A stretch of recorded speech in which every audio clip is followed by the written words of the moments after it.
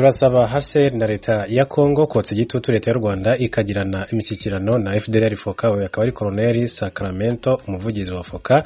Nkuko amakuru tugira bivuga, FDLR yongeye gutangaza ko ikibazo cy'impunzi ziri ku butaka bwa Kongo kitazakemuka FDLR itaraganira na leta y'u Rwanda.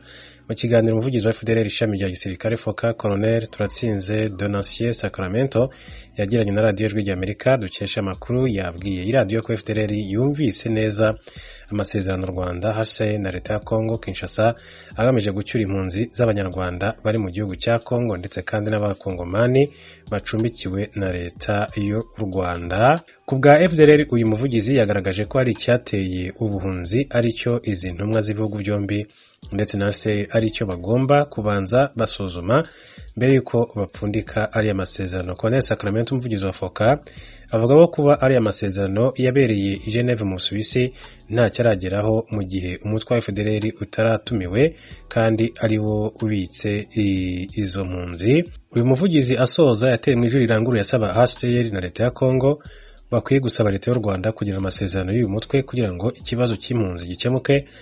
Colonel Sacramento yagaragaje impungenge z'uko hari abatahuka kubagezwa imbere y'ubutabera kubera ibyaha bya jenoside. Rero hakaba hari benshi batinye gutaha kubera icyo kibazo.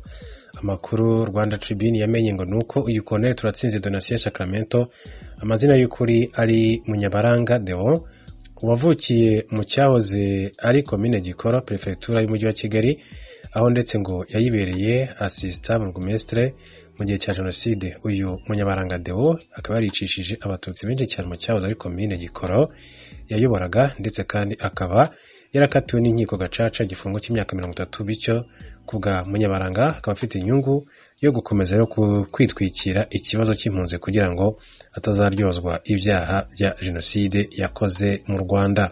Mu yandi makuru, Joao Lorenzo yatangaje ko umusaruro uri kuva mu biganiro byo kugarura amahoro muri Repubulika Demokarasi ya Kongo ari mwiza cyane. Umukuru w'igihugu cya Angola akaba n'umuhuza mu bibazo bya Repubulika Demokarasi ya Kongo yatangaje ko ibiganiro byo kugarura amahoro mu burasirazuba bw'iki gihugu biri kugenda neza ndetse ko biri gutanga umusaruro ushimishije nk'uko yabyifuzaga.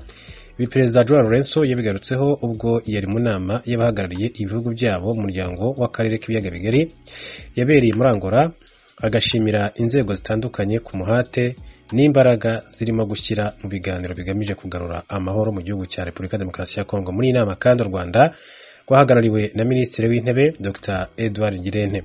Perezida wa Angola Joao Lorenzo niwe wayoboye iyi nama idasanzwe ya ICGLR ku mahoro n'umutekano muri Repubulika Demokarasi ya Kongo na Sudani.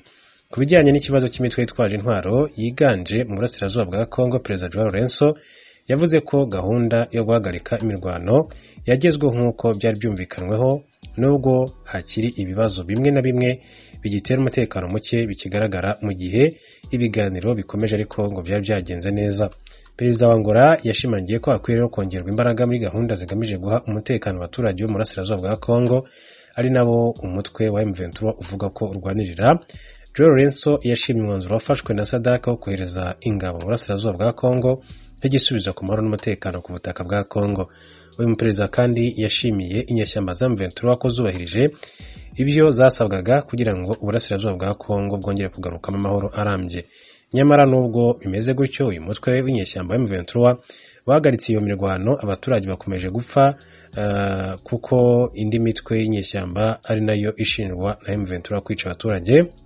Muri cyumweru gishize umutwe w'inyeshyamba wa ADF wahitanye abarenga 6, abatagira ingano aburirwa irengero nk'uko byatangajwe n'ikigo gishinzwe kugaragaza aho umutekano ugeze cyitwa Kivu Security Barometer.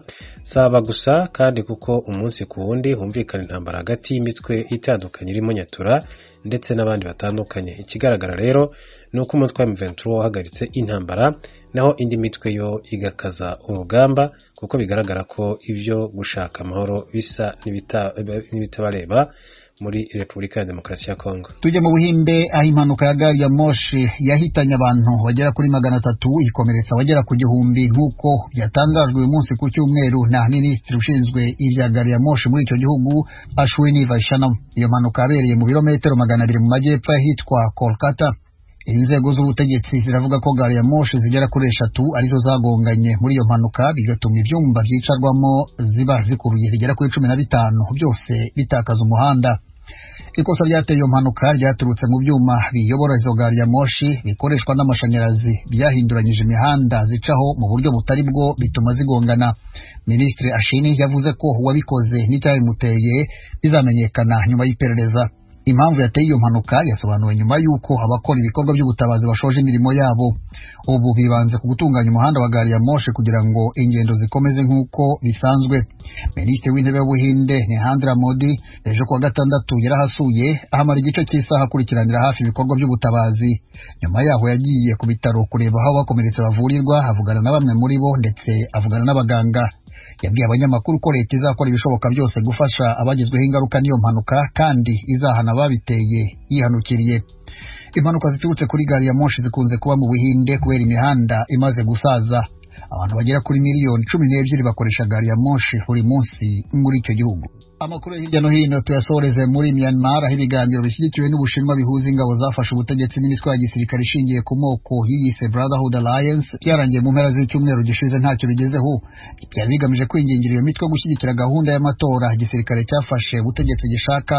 Ibyo biganiro byamaze iminsi 2 mu karere ka Mongla muri leta ya Shan iri mu majyaruguru ya Myanmar hafi n'umupaka w'Ubushinwa. Amakuru imbere mu gihugu avuga ko intumwa idasanzwe y'Ubushinwa Guo Bao yitabiriye ibyo biganiro haturutse mu ntara ya Yunnan mu biro bishinzwe ububanyi n'amahanga. Ibiganiro bishyigikiwe n'Ubushinwa bihuza iyo mitwe ya gisirikare n'ingabo za leta ni ibya mbere bibaye kuva igisirikare cyafata ubutegetsi muri Myanmar mu mwaka wa 2021. Ibitangazamakuru by'imbere mu gihugu biravuga ko abahagarariye igisirikare cyafashe ubutegetsi basabye abagize iyo mitwe y'abarwanyi bishyize hamwe gushyigikira gahunda y'igisirikare y'amatora ubutegetsi buteganya, ariko abarwanyi bakabihakana. Gusa igisirikare cyafashe ubutegetsi ntikiratangira gutegura ayo matora, kivuga ko kizategura habonetse amahoro. Imbere mu gihugu no hirya no hino ku isi ayo matora ntashyigikiwe kuko afatwa nk'adakurikije amategeko. Ukomeje kumva radiyo ry'Amerika ivugira i Washington DC mu Kinyarwanda no mu Kirundi, mudusanga no kuri wayishatu radiyo yacu voa.com. mukurikira amakuru ko turimo tuyabagezaho kuri Facebook na Twitter, mudusanga kuri @voa radio yacu. Mukanya turajya mu makuru avugwa mu karere k'ibiyaga bigari byo muri Afurika. Amakuru avugwa mu karere k'ibiyaga bigari tuyahere muri Malawi, aho Bakiri Muluzu wahoze ari perezida w'icyo gihugu avuga ko yashimishijwe n'uko umushinjacyaha mukuru w'icyo gihugu yahanaguye ibyaha byose yari akurikiranyweho. We n'umunyamabanga we baregwaga gukoresha nabo umutungo wa leta ugera kuri $1,700,000 y'amadolari y'Amerika. Abihakana yivuye inyuma. Abanenguye umugabo wabaye perezida wa Malawi manda 2 zose bavuga ko ibirego bitari bikwiye gukurwaho, bakemeza ko bizasubiza inyuma intambara yo kurwanya ruswa mu gihugu. Avugana na mugenzi wacu Peter Clote ho mu ishami ry'icyongereza, Bakiri Muluzi yongeye gushimangira ko ibyo birego bishingiye ku mpamvu za politiki. Well, you see, all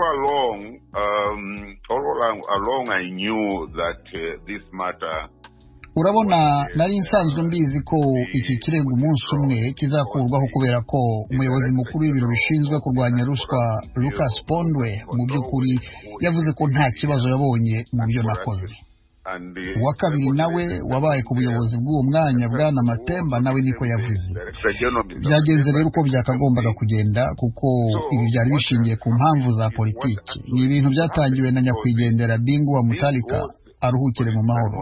Nta kidatunganye nakoze. Something which was orchestrated by late Bingu wa Mutalika, may his soul rest in peace. There was nothing wrong with it. Do you feel vindicated? Urumva rero bigaragaye ko ibyo wavugaga bifite ishingiro? I do feel very vindicated because this is what I have been telling the people of Malawi and the international community all along, to say the so-called cyane rwose, kuko nibyo maze igihe mbwira abanyamalawi n'umuryango mpuzamahanga ko ibyo bita ko ari amafaranga ya ruswa yashyizwe kuri konti yanjye, yari amafaranga yanjye nahawe ku giti cyanjye nka Bakiri Muluzi, atari amafaranga ya guverinoma. To do with the government, it goes to account. Amafaranga ya leta ajya kuri konti zayo. Nibyo twagumye tuvuga ariko abantu ntibabyemera. Ariko ubu barabirebye basanga nta kibazo kirimo. Basanze nta cyaha cyakozwe, niyo mpamvu urukiko rwavuze ruti oya reka tubirekeraho. That's why the court said, no, we should not continue. Some of your critics have always maintained that the money... Abakunenga bavuga ko ayo mafaranga wayahawe kubera ko wari perezida wa Malawi, bakavuga bati utaza kuba perezida ntuba warayahawe, bityo nayo abanyamalawi isa yawe. Bakavuga rero bati ibyo birego ntibyagombye gukurwaho. Ibyo urabivuga wiki? should not have been dropped against you. How do you respond to that? No, they are wrong. They are wrong. You look, I was head of a political party. Oya. Ibyo bavuga sibyo. Dore nari umukuru w'ishyaka rya politike kuva mu mwaka w'1990. Nayoboraga ishyaka. Aya mafaranga nahawe kubera kuyobora ishyaka. Twaguze imodoka n'ibindi bikoresho by'ishyaka. Ntabwo mu by'ukuri yari ayanjye ku giti cyanjye n'umuryango wanjye. Yari yarahawe ishyaka, ntaho bihuriye na guverinoma. It was meant for the party. So it's the party which was given the money for, nothing to do with government. Well, Mr. President, what do you say to those who are saying that it was because